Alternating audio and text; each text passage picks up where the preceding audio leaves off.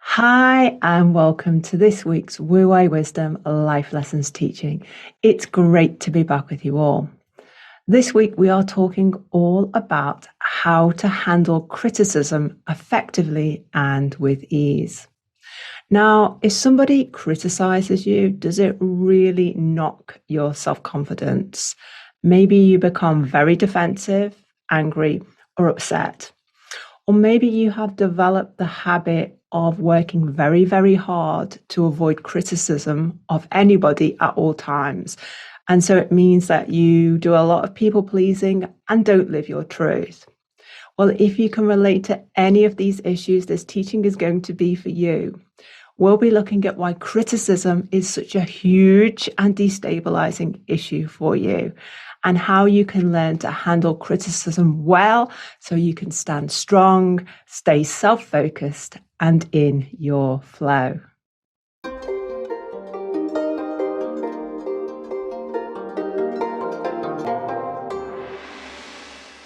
Okay, David. Now, I know criticism is a really big issue for some of your clients.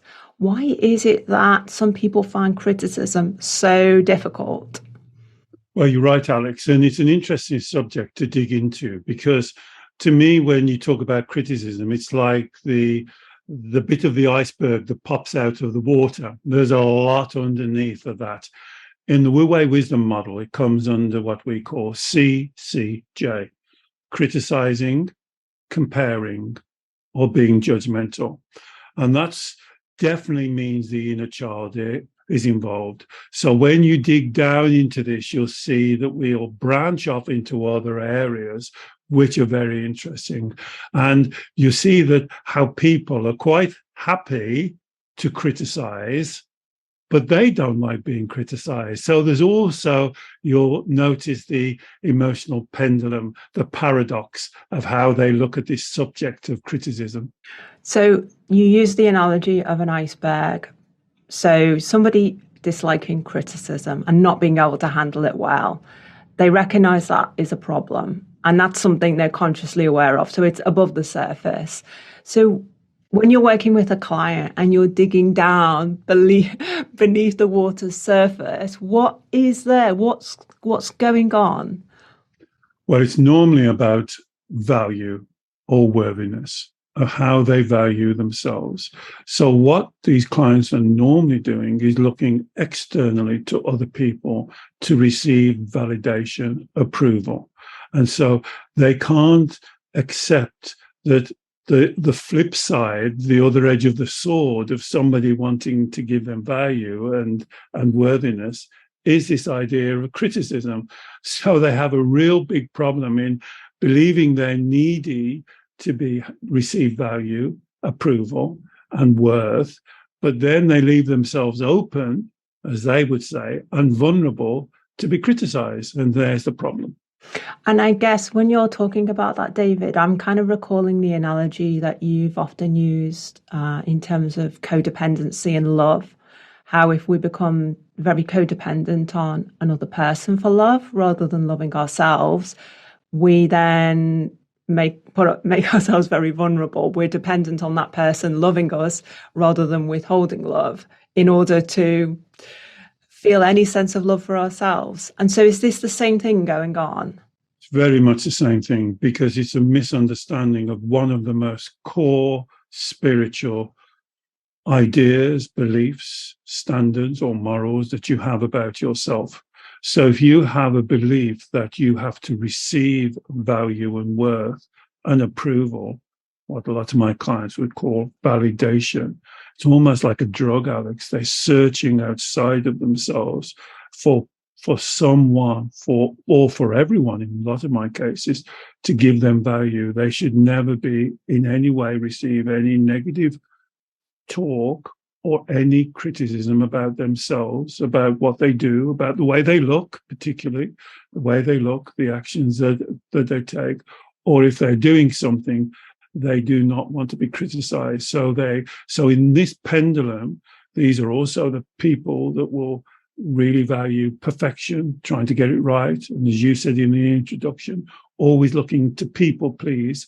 But what they're actually doing is and emotional manipulation. In my model, they're trying to manipulate other people to give them the drug of worth and value and this self-assurity. They're looking for the drug of validation. The problem is that value is not a commodity. Can I repeat that? Value and worth is not a commodity. Somebody can't give it to you, and someone can't take it away from you. And this is why we use the iceberg. The little tip sticking above the water is, I don't like being criticized, but when you dig down under the iceberg, you have all of this spiritual belief about how you value yourself, how you live your life. And one of the things I say many, many times, and for me, it was such a help. I hope it's helpful to you. Let me repeat this and think about this statement. What other people think of me is none of my business. Think about that statement. What others think of me is none of my business. Because that's the truth. Because you could rip out your heart and give it to someone. And somebody would say, criticize it, or it's too red, or look at the blood, it's all over the floor, you made a right mess. You cannot please everyone. Now, that part of your mind that we call the inner child will discard that, because what is the bigger drug is this validation and approval.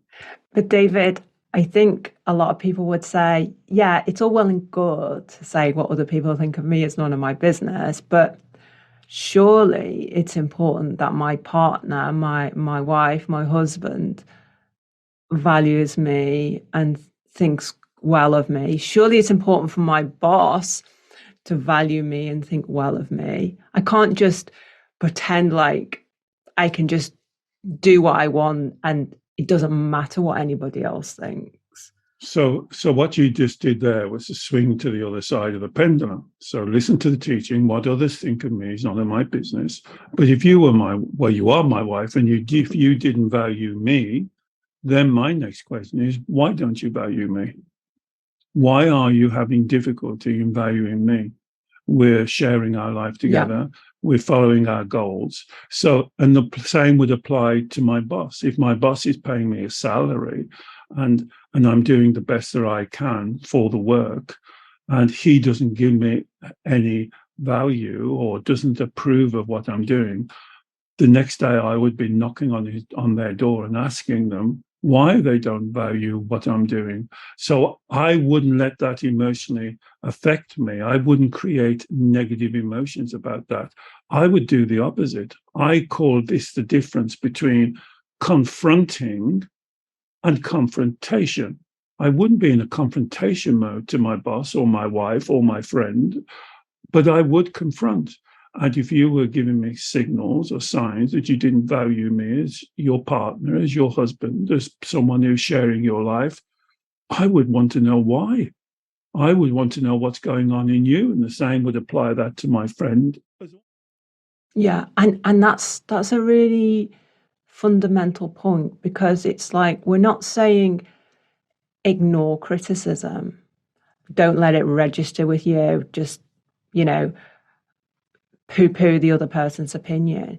You're saying, don't let criticism from, say, important people in your life dent your own opinion and value of yourself, but do be very interested as to Absolutely. The origin of the criticism, because there may be a lesson to learn there for yourself, which would be a positive lesson. Absolutely. What others think of me is none of my business. So I'm not going to ground my life on what they think of me. I'm going to ask them why they think that. I'm going to step forward and ask them why they're forming that opinion, so we can enter into a dialogue and we can discuss. I'm more than happy, and many times that people come on to our comments and say, I disagree with you, and then I say, could you highlight the bit you disagree with, and we'll enter into a discussion, and we'll talk about it. I've got my opinion, you've got your opinion, and we may not agree, and that's okay. That's okay. But you have to make sure that you are grounded in your beliefs and what's important for you. You cannot ground yourself in other people, because everyone, I often say to my clients, as when I'm doing this work, think about this. If it's even for you, Alex, if I went to 10 of your closest family and friends and asked them a simple question, what's your opinion of Alex? I would get 10 different answers. Which one of those is true? Which one of those would you base your life on? Who are you going to? You're going to accept one and reject nine. What are you going to do? And this is the fundamental teaching on this criticism. You cannot ground your life and your decision making and your beliefs in other people's. Yes, of course, you communicate with them. Yes, of course, you're open to hear ideas, to hear different perceptions, different ways of looking at it. Of course you are. And yes, of course, you're open to change your beliefs if they're found out to be incorrect. But you don't ground your life on every passing comment that comes past your way, because you will be totally in chaos. Yeah, and I think that the problem is often that if we go back to the start, where we're looking for other people to tell us who we are, how valuable we are, how good a person we are, then we never cross-check what they're saying with our inner wisdom, our inner knowing. We automatically value their opinion of us more than our own opinion of us. It's kind of like a bit lazy in a way, but it is as an adult, because we're not kind of self-referring. As a child, it was appropriate for us to look to other people, our parents, our teachers, our important family members, our older siblings, to kind of give us a point of cross-reference as to whether we were doing the right thing, doing the wrong thing, guiding us. But now as an adult, we need to change this system of knowing who we are. And that's absolutely correct. So when you get to the body of the iceberg, under the water, you see that we're talking about the inner child work, and your view is absolutely right. When we're a child, it is absolutely natural that we take our reference from important members, authority of our family, our parents, our grandparents, maybe our teachers. We don't particularly question them because we haven't got the cognitive reasoning and the understanding to question them. But the problem comes for a lot of my clients is that parental teaching or that authority guiding in itself is a little bit faulty. And so we learn bad techniques, bad beliefs, bad ways of looking at it, very restricted ways, and we never matured that. And if you are really delicate to criticism, this, when you dig down, as we're trying to do, you see there's a lot more going on here, a lot more about the way you view yourself, particularly, as I said at the beginning, about your value and about your worth. And where does that come from? Who gives you your value? I don't believe anybody can give you value. I don't believe that the midwife held you up in the delivery room as a little baby and said, quick, can somebody give this child some value?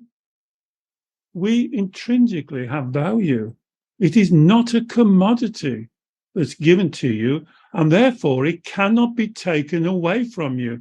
And as you said, somebody may make a comment, a negative comment, a heavily criticism comment, but make sure you know where they're coming from, because their grounding may also be faulty, and they may be saying something that they don't understand the ramifications or why they're saying it. So why you would build and change your decision making and your grounding on what other people say, this is where it goes wrong, because you're almost like, I don't know, like a feather blowing in the wind, blowing either way. What somebody says, if they approve of you, if they give you a confidence, you create green light feelings. If they give you negative, you create red light feelings, and constantly you're up and down and looking outside of yourself and not being accountable or taking responsibility for what you believe in yourself. But this, David, this connection to childhood trauma and childhood judgments and childhood criticism, it's like it amplifies the problem. Often when we get criticized as an adult, it's like we get taken immediately, like a flick of a switch, right back to that time our mother criticized us, or our father judged us, or our teacher embarrassed us. It's like we're reliving the powerful, uncomfortable, painful emotions from that moment as an adult.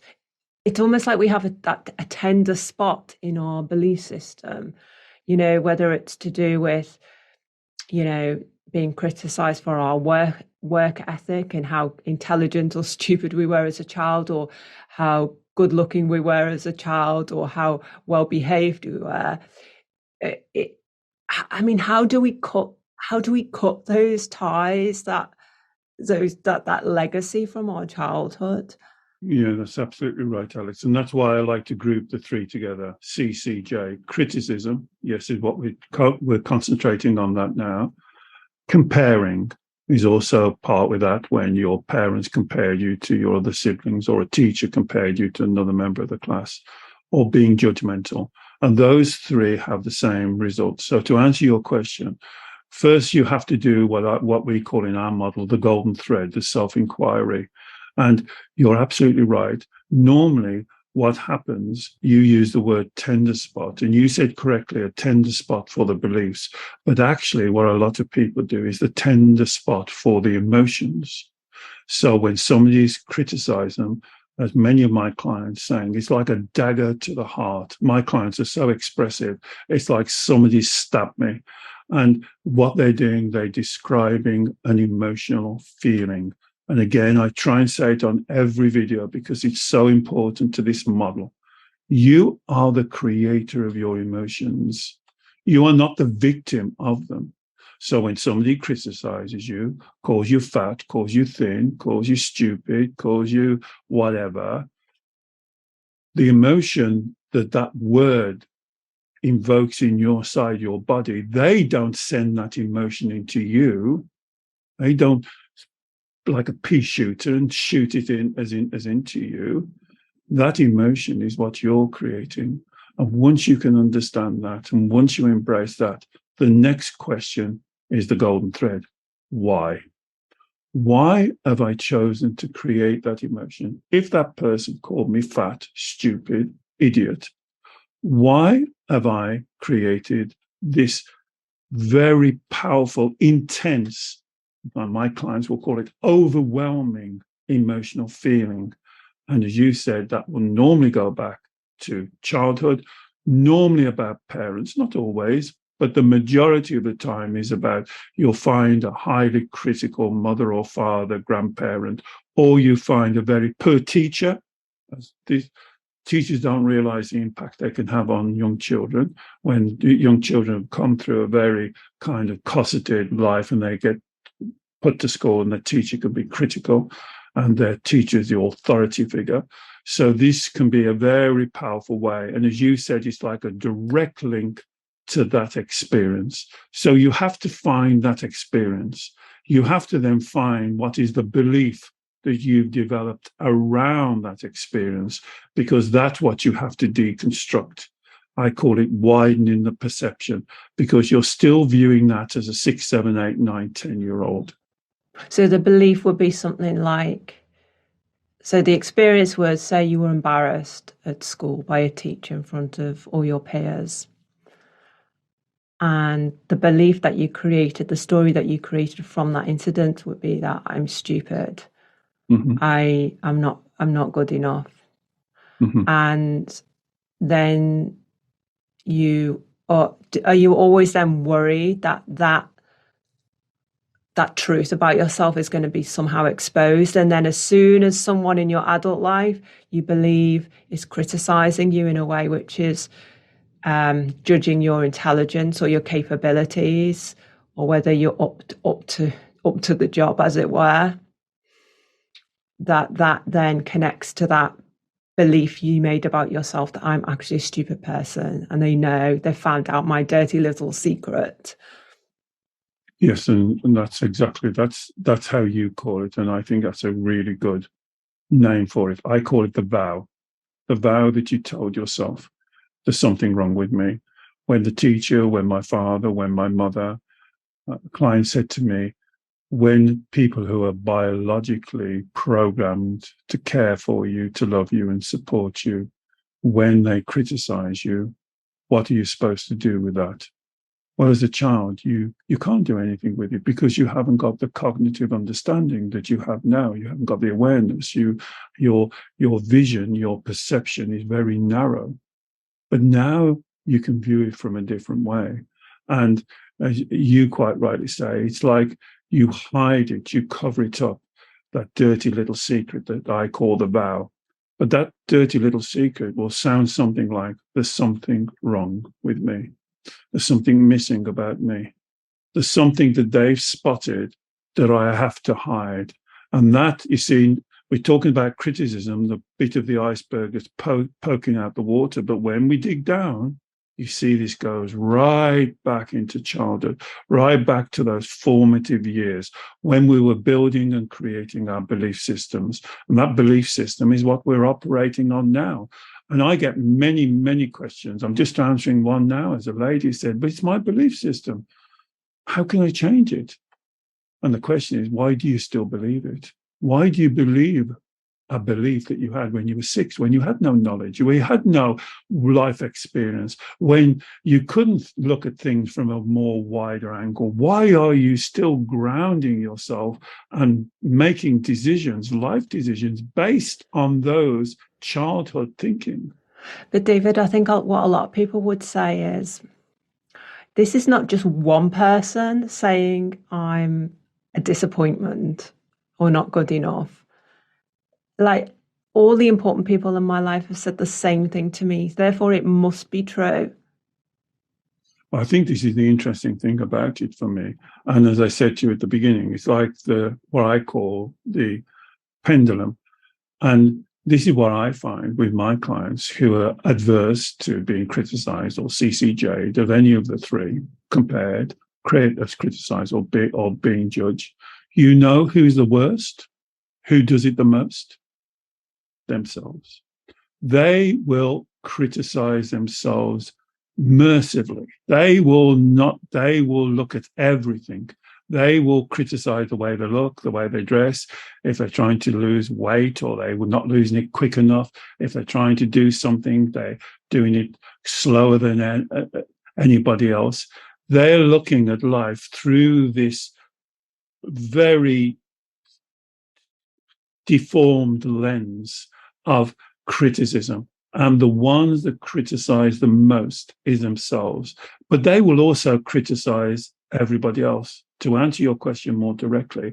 And then, of course, what they do to strengthen their case, they will cherry pick all of the problems and the criticisms and the comparing and the judgmental that people do to build their case. They will forget all of the successes, all of the things they've done really well. When I speak to my clients and I ask them about their successes, so some of them says, I can't even recall any. They've completely wiped that from the memory banks and they're focusing on the negative because that is the journey that they're on, trying to prove this point to be wrong. That's why you have to go down to the beliefs and reconstruct the belief, because at the base of this, you have a child that's kind of stuck in their own prison of CCJ. So how do you reconstruct the beliefs, though? If we find the childhood incident or series of incidents, like a pattern of behaviour in terms of how our parents treated us or how we were treated at school, so we can recognise where this sensitivity to other people's feedback has come from, and we can kind of figure out what the belief is, the story is we've told ourselves about ourselves. How do we what do you mean by reconstructing the belief, and how do we do that? Okay, so it's a little bit, I will talk in general and answer that question in general. I'll just put one proviso. It's slightly different for everyone because everyone is unique. But I use the example I use with a lady I'm working with just yesterday. And we did the golden thread and we found out but she already knew. But she said it was like a awakening when she found out all of this thing was coming from her father. Her father was very critical of her and actually said the words such as, "You're stupid. You'll never make nothing of yourself. You'll be lucky if you can find a man to look after you. You're not very intelligent. Your sister's far more intelligent, you," etc., etc., etc. And she said, "Well, that's where I've got it from. That's my source." So I said, "Right. So you're saying to me that everything your father says, you believe to be true?" And she said, "Well, no, of course I don't." I said, "Well, okay. So you believe some of the things your father said is not true?" She said, "Well, yeah, of course." "Okay, so why have you now chosen to believe that?" I'm paraphrasing, of course. It was a lot more difficult than this. "But why have you chosen to believe that set of statements he made and reject these set of statements you made?" Mm-hmm. And that's when you start to deconstruct. And what you're actually doing, Alex, is you're widening a child's perception, because a child, as we said earlier, is desperately looking for validation from approval from, in this case, her father. She didn't get it. And then I love what the Taoists say. It's like the kernel in the middle of a nut. It gets set. And I often say to my clients, beliefs are not set in stone. Think about that saying. It's an old English saying. Beliefs are not set in stone. But what they're saying is this belief is set in stone. They've rejected and altered and updated and changed other things that her father said. But this belief she's holding on to because the child believed that she deserved, she was entitled, she needed this validation from her father. Mm-hmm. And then when he didn't give it or gave the opposite, then she said the vow, which then became what you call, quite rightly, the dark little secret. There's something wrong with me. If my father doesn't give me what I believe I should get, what he gave to my sister, if he doesn't give it to me, then there must be something wrong with me. And that's where it goes wrong. There's something wrong with him. There's nothing wrong with you. Yeah. And that's what you have to reconstruct. And you know, in my model, I call it the flip. You have to flip it over. And to do that, you have to do, and I'll do this with you now. We try and do it on every video because it's very simple. Every teaching is very simple. You can do this for yourself. If you're listening, imagine you have a beautiful niece or nephew, 6 years old. They came to you and they said, "Auntie Alex, my father said I'm stupid. My father said I'll never be as intelligent as my sister. And my father said that I'll be lucky if I can get a man to look after me." You wouldn't say to that child, "Well, if your father said it, it must be true." Mm-hmm. But that's what you've been saying to yourself. Yeah. Because as a child as well, we don't kind of think, well, hold on, is my parents emotionally balanced? What's my parents' upbringing be like? Were they criticised and judged harshly as a child? Are they just replicating the same behaviour and treatment that they had as a child into how they're parenting me? Of course, as a child, we would never even consider that because we believe our parents and the elder people in our life are kind of like gods in a way. We never question that. And that's the work. You have to now put that person in the position that they can question that. They can. And it doesn't mean to say they're going to swing to the opposite and think that your dad was evil or terrible. But as you quite rightly said, these techniques, emotional techniques, come down.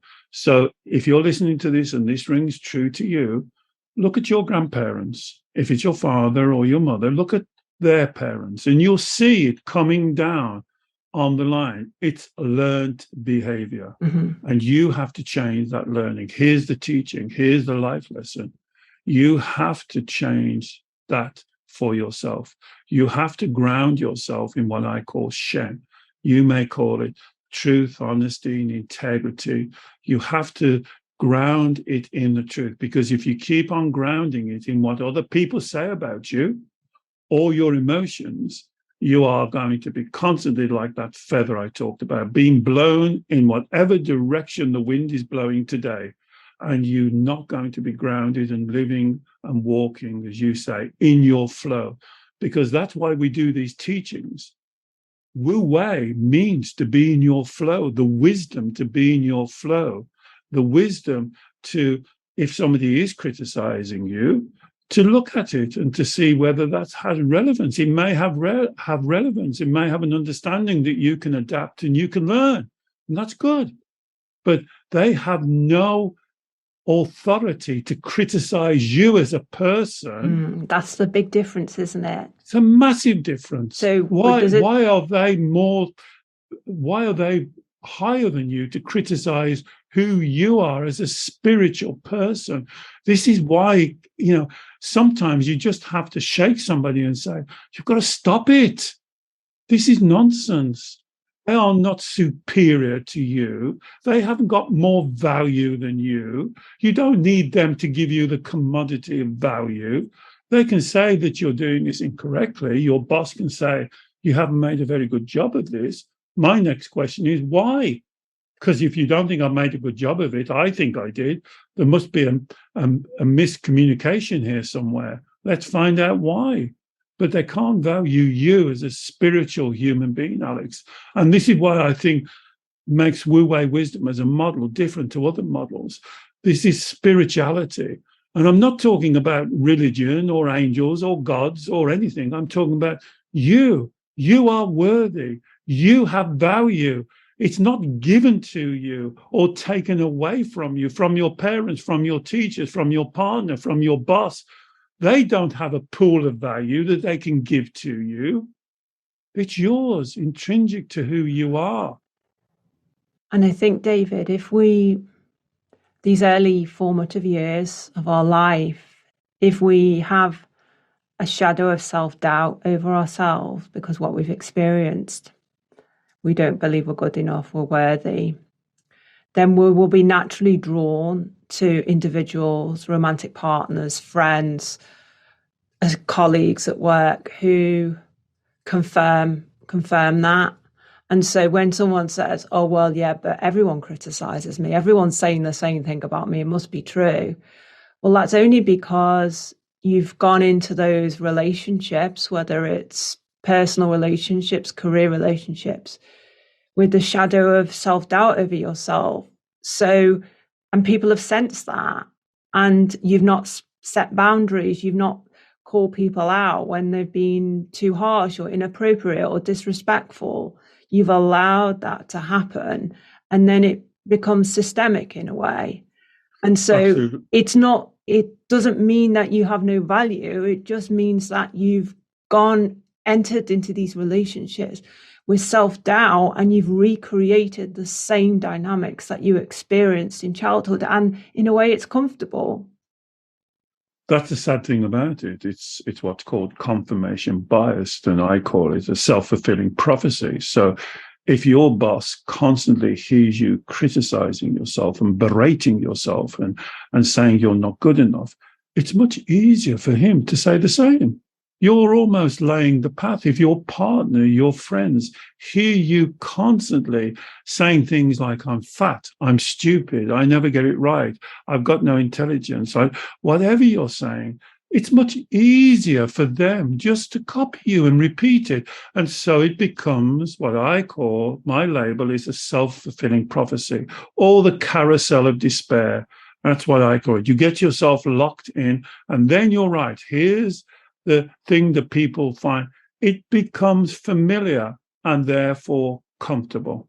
And you're living constantly in this negative way of creating emotions, strengthening your core force beliefs and going round and around and around, and you're locked. And that's why that first thing, if you can't stand being criticized, you have to look deeper, because you can't live a life.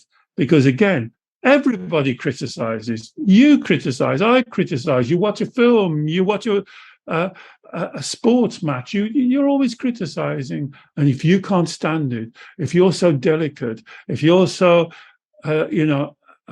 heightened, you've got to look why. And that's what the golden thread does. And we've done many teachings on the golden thread, the self-inquiry. It's something you can do for yourself. I'm not saying every time, because that would be ridiculous, but the majority of the time, it will relate back to that period in your childhood that we call the inner child, between 6 and 9, when you were experiencing some of these experiences. And this has formed the foundation, the core of your belief system. And that belief system is still active now. And you've got to understand that and be accountable for that and check that out. And because that's acting every day, it's almost in your subconscious mind. It's a trained reaction that you're doing. And it can be changed. It can be changed once you understand it. But part of the Wu Wei Wisdom model is you cannot change what you don't understand. First job is to understand it. Yeah. And so I think, as you say, become acutely aware of when you are creating red light emotional feelings, when someone gives you feedback that is unwelcomed. Become aware of that, and become aware of when you criticize yourself in your self-talk, and become aware of when you criticize other people. And I think if you can kind of manage those things and then do the work to look deeper, look to kind of think back around those childhood experiences, and as you say, deconstruct the belief, question it, that, as you say, is absolutely the deeper work that needs to be done here. Because I guess learning to handle criticism is not just about, oh, well, poo-pooing the other person or toughening up or, how to deal with it on a day-to-day basis. It really is to crack this once and for all. You really have to do the deeper work that we've talked about here. And when you've done the golden thread, Alex, and that's why I like the analogy of the inner child, because the analogy of the inner child allows you to think about reparenting, to go back, do the golden thread, find out what needs to be deconstructed and reassembled. And that's when you, as the mature you, that's why I like the analogy. It's almost like you become the spiritual parent to your spiritual inner child. And now you can give yourself the correct teachings, the correct parenting, the correct advice, the correct support, the correct love that the little you has been looking for from the person that couldn't, whatever, give it. But you can do that for yourself. And the beauty about this and the wisdom about this is it doesn't depend on anyone else. The value lies in you. The value doesn't lie outside of you. The value lies in you. That's never gone away. You haven't lost that. You can't lose your value or your worth. You are amazing. You are awesome. And I don't say that just lightly. I mean it. You are awesome. And if you don't believe that, if you smile and you have a little bit of pushback, as I said that, you know the inner child's involved. And that's your work. That's your work, to speak to that part of your mind. And you'll hear it talk to you. And it's so good at giving you the negatives. And you have to parent it. You have to be able to answer that. And that's why we do these videos. And that's why we call it life lessons, because that inner child needs to hear these life lessons, need to be able to engage. And when I work with my clients, that really is where I think my value lies, is when we've done, most of my clients now watch the videos and they can do the golden thread and they get down to the inner child. But where it lacks is to have that communication, to be able to talk, to be able to listen to the inner child. Because a lot of my clients, Alex, have shut down the inner child, locked it away. They'll say things like, I can't remember anything past the age of 7 or 8 or 9. But I say, well, you must do, because you base your beliefs on those things that happened at that time. So you've got to learn the techniques the child will do to push you away and reparent, because the child is you. And he badly needs you. And it's awesome. It's an amazing person. And when we can bring it together, That's what we're looking for in the Wu Wei Wisdom model, that oneness, that truth, honesty, integrity that we call Shen. Thank you, David. And I will put links in the show notes to our Inner Child playlist and more teachings on the CCJ and self-doubt and people-pleasing. So there is lots more resources there for you to use. If you have enjoyed this teaching or benefited from it, please do let us know and perhaps share it with someone else who you think it may also help. David works every week with clients all over the world on these sorts of issues. If you'd like to learn more about David's Zoom video call sessions, I will also put a link to those in the show notes as well. And finally, please don't forget to subscribe to our YouTube channel. We produce new teachings every week, and we would love to share your journey with you. Bye-bye.